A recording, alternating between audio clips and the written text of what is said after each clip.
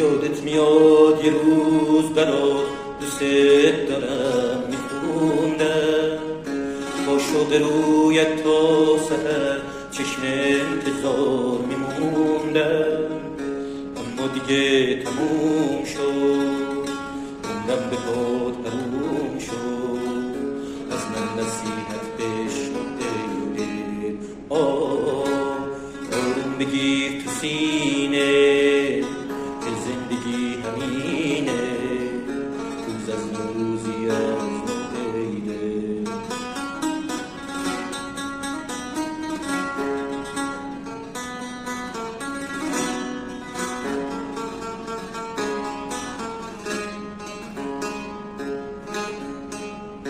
خسته شدم از بس که با غریب ها دیدمه، در راه عشق عاشقی چه بی وفا دیدمه.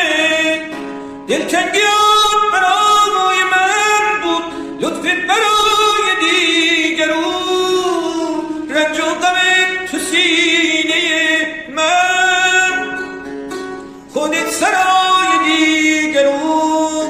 اما دیگه تموم شد، عمرم به پاد حروم شد. از من نصیحت بشنو ای دل، آروم بگیر تو سینه که زندگی همینه، روز از نو روزی از نو ای دل.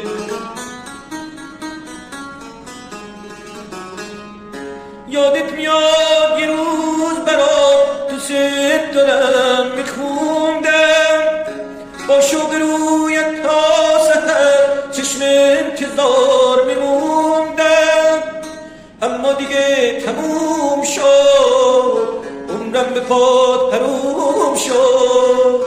از من نصیحت بشنو ای دل، آروم بگیر تو سینه که زندگی همینه، روز از نو روزی از نو ای دل.